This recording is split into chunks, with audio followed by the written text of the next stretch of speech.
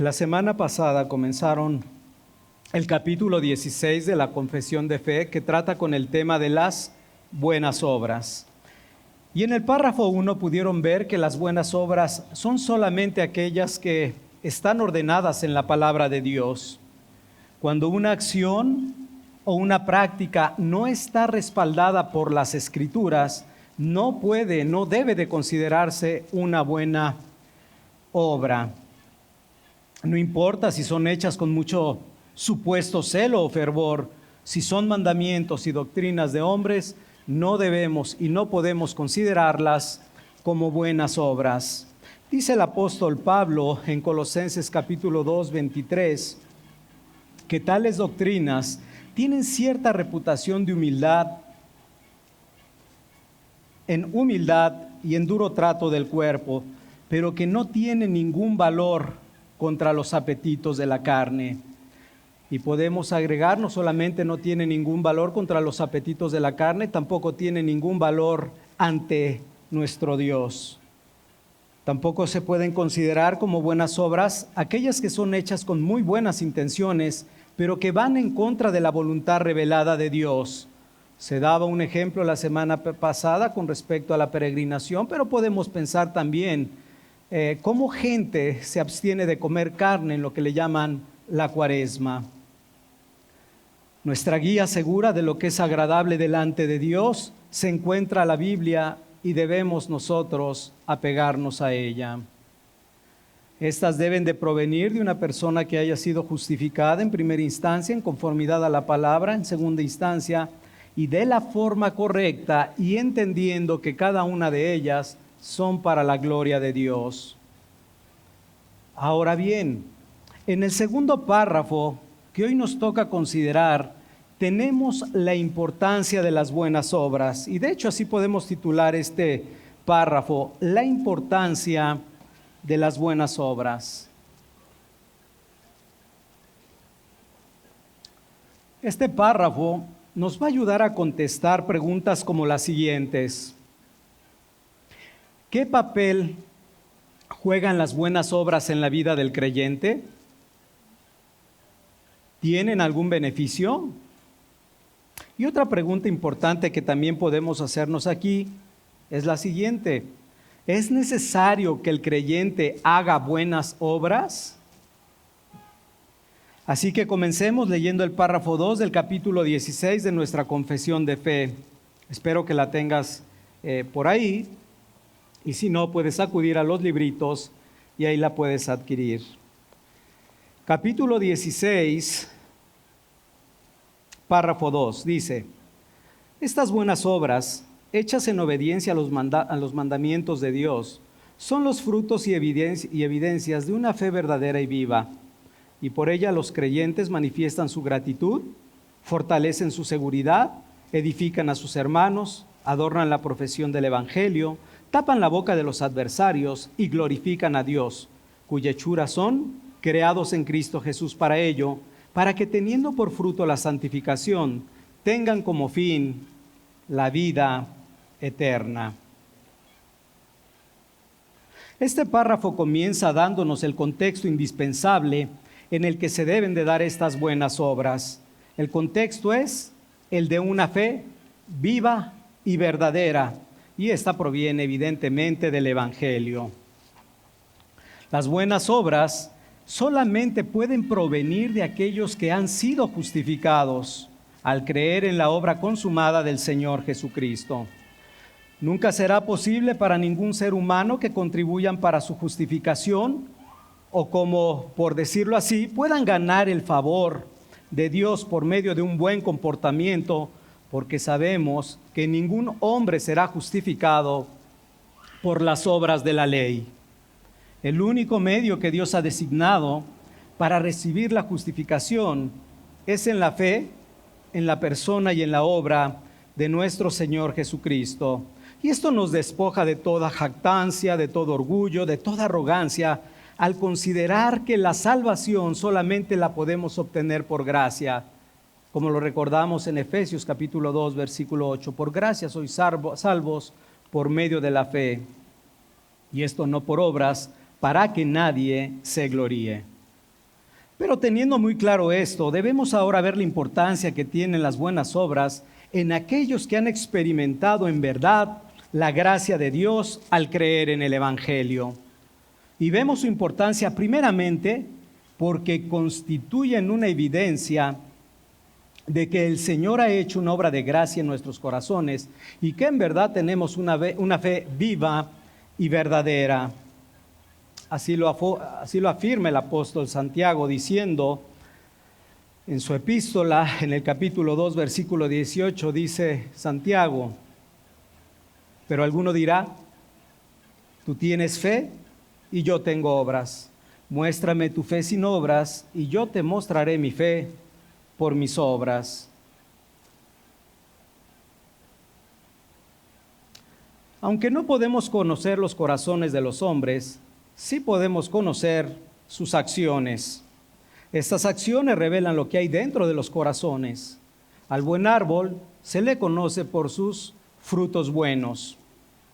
De la misma manera, podemos reconocer a alguien que tiene fe verdadera cuando sus buenas obras son congruentes a la fe que profesa.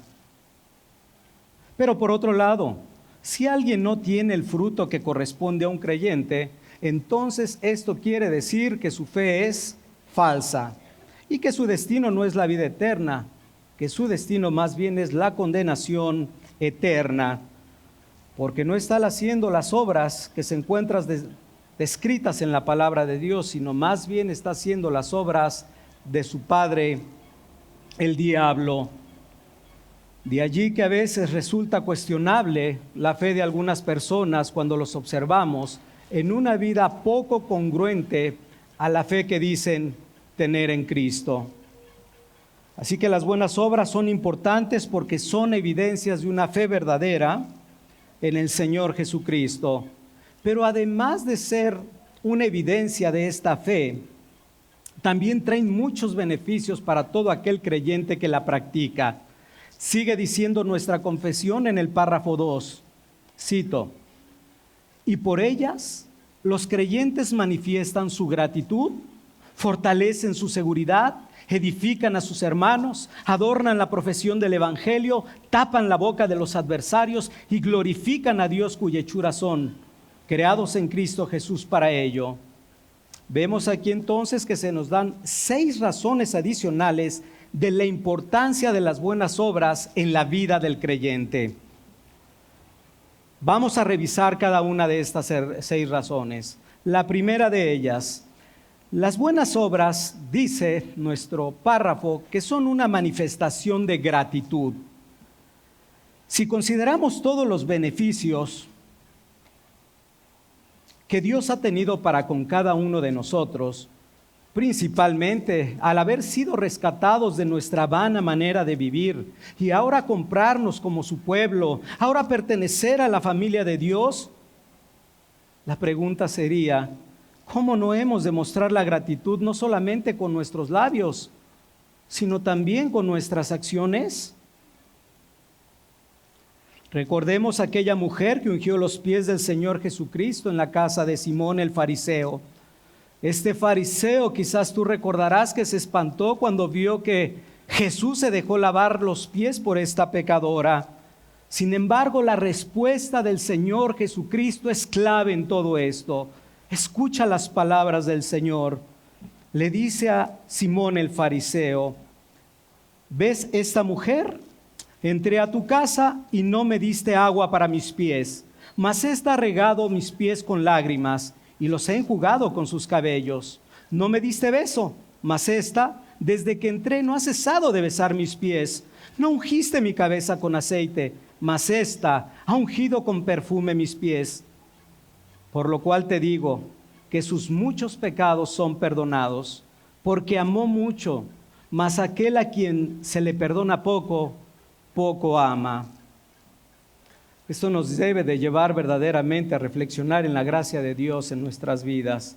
Debemos de meditar constantemente si es que hemos experimentado la gracia de Dios, porque esto nos debe, como a esta mujer que estamos mencionando, esta mujer pecadora, nos debe de llevar a actuar con gratitud en nuestras vidas. Sí debemos agradecerle al Señor con nuestros labios, por supuesto, y esto se va a manifestar por medio de exaltar su nombre y aún de predicar el Evangelio, pero también se va a manifestar por medio de nuestras acciones, por medio de nuestros hechos. Creo que este es uno de los versículos que cuando el Señor me salvó a mí me bendijo de una manera muy especial. Creo que yo no me veía menos que esta mujer pecadora.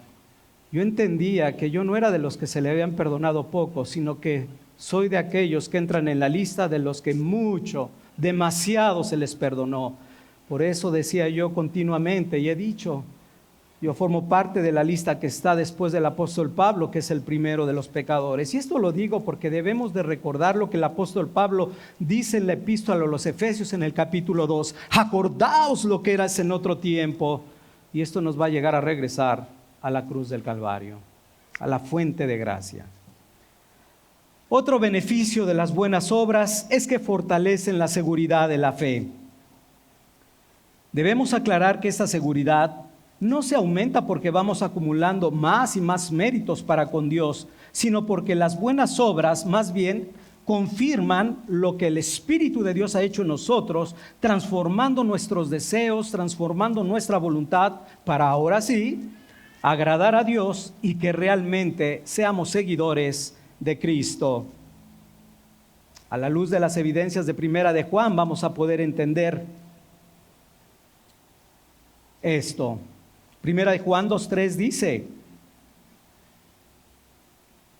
y en esto sabemos que nosotros le conocemos, si guardamos sus mandamientos.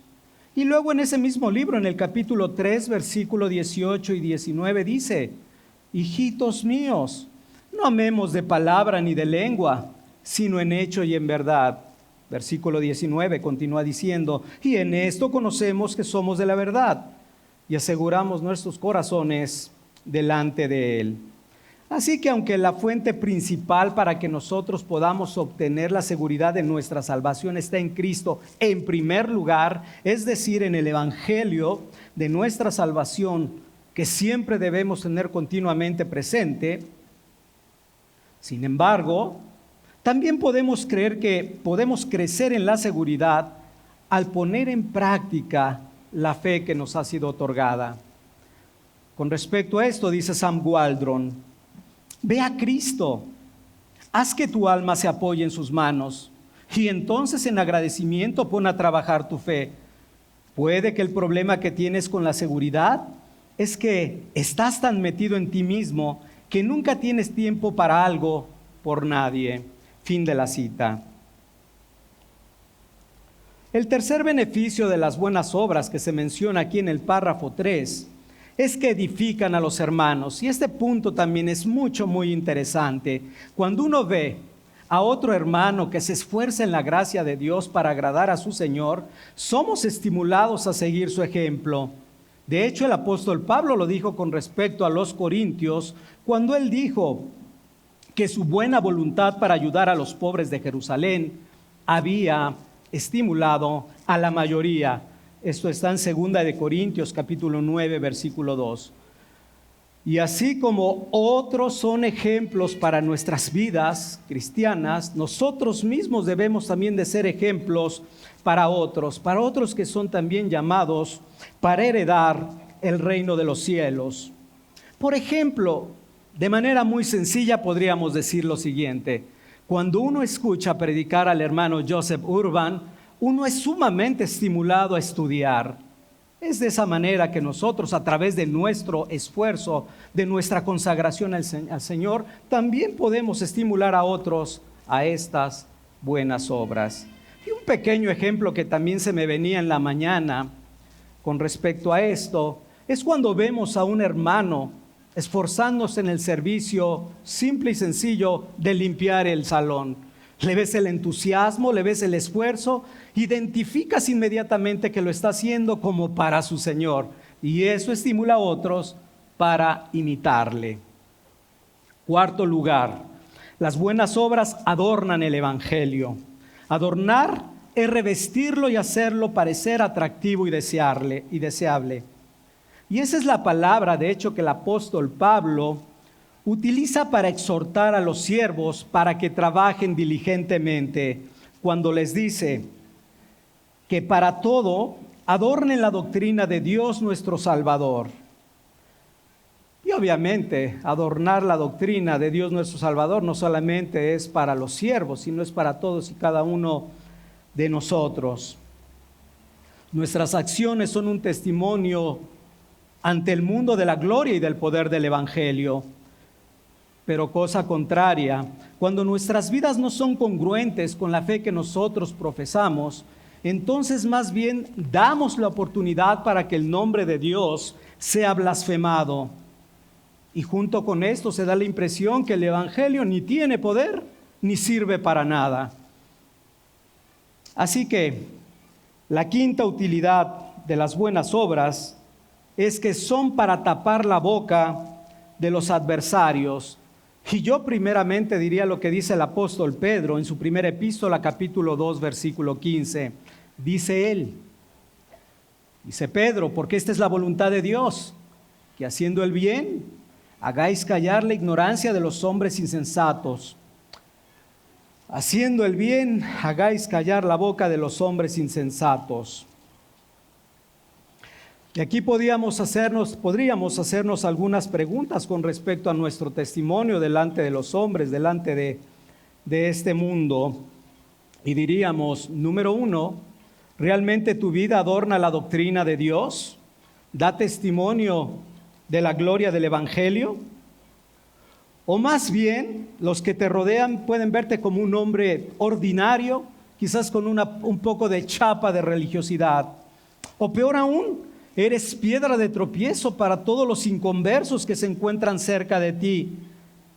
Porque al ver la incongruencia de tu vida, simplemente dicen, este es un hipócrita más. Aunque es importante lo que los hombres vean en nuestras vidas, el propósito principal de estas buenas obras nos lleva a la quinta razón de lo que estamos estudiando. La quinta razón es, el propósito es glorificar a Dios. Pablo dice que anhela que los filipenses, esto lo dice en su carta en el capítulo 1, versículo 11, sean llenos de fruto de justicia que son por medio de Jesucristo, dice, para la gloria y alabanza de Dios. Las buenas obras no son para que nosotros seamos admirados, seamos reconocidos, seamos aplaudidos, sino nuestras buenas obras deben de ser para la gloria de Dios. Jesús dijo, el mismo Hijo de Dios dijo, en esto es glorificado el Padre. ¿En qué? En que llevéis mucho fruto. En esto es glorificado el Padre. Otro texto similar dice, en esto es glorificado el Padre, en que llevéis mucho fruto y que vuestro fruto permanezca. A veces nos preguntamos, ¿cómo podemos glorificar a Dios? Y te das cuenta que aquí en este párrafo tenemos la respuesta, por medio de nuestras buenas obras. Así de sencillo, esta es la manera de glorificar a Dios. Así que hemos visto que las buenas obras son evidencias de una fe verdadera, pero además son de gran utilidad para el creyente que las practica y sobre todo, traen gloria y honra al Señor. Algunos se atreven a decir que cuando uno hace obras es legalismo. No, no se llama legalismo, se llama hacer la voluntad agradable y perfecta de Dios.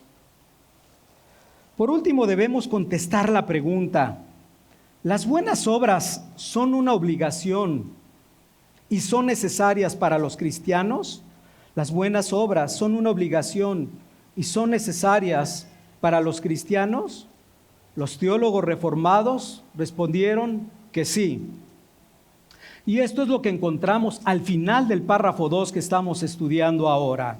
Dice, para que teniendo por fruto la santificación, tengan como fin la vida eterna. En otras palabras, las buenas obras son el camino establecido para la vida eterna. Lo voy a repetir porque es interesante.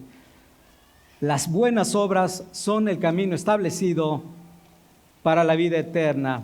Pero es necesario aclarar que son el camino, mas no la puerta, porque recordemos que la puerta es la fe en Cristo Jesús. Y una vez que entramos por esa puerta, entonces es que sí debemos de seguir este camino hasta la gloria, y este camino es de la santidad y de las buenas obras. Dice el libro de Efesios capítulo 2, versículo 10, porque somos hechura suya, creados en Cristo Jesús para buenas obras, las cuales Dios preparó de antemano para que anduviésemos en ellas. Cada que yo estudiaba, cuando estudiamos la epístola de Efesios, trataba de entender un poquito más acerca de estas obras que Dios había preparado de antemano. Y creo que a la luz del párrafo 2 queda mucho más claro. ¿Cuáles buenas obras? Aquellas que Dios manda a través de su palabra revelada. Esto también nos recuerda el pasaje de Hebreos que dice: sin santidad nadie verá al Señor. Si alguien no anda en buenas obras conforme a la palabra de Dios, va en el camino equivocado, y lo que escuchará más bien en el día postrer será: nunca os conocí, apartaos de mí, hacedores de maldad. Así que todo cristiano debe de poner atención a las continuas exhortaciones acerca de la santidad práctica en la que debe de vivir. Los buenos frutos no son opcionales para el creyente. Pero como veremos en el siguiente párrafo, esto no proviene de nosotros, esto también es don de Dios. Esto proviene del Espíritu Santo que está en nosotros. Pero el saber esto, no nos debe de hacer negligentes, sino diligentes para avivar la gracia de Dios que está en nuestras vidas. Amén.